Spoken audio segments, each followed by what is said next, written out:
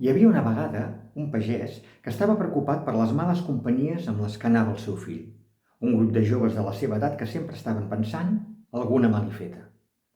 El seu fill li deia que no es preocupés per res, que els seus amics no el durien pel mal camí, que més aviat passaria al contrari, que veient-lo ell tan bon xicot se li anirien semblant amb el pas del temps. El pare sabia que el seu fill tenia bon enteniment, però li preocupava la influència dels altres. Un dia li va dir al seu fill que havien d'anar a recollir pomes i així ho van fer.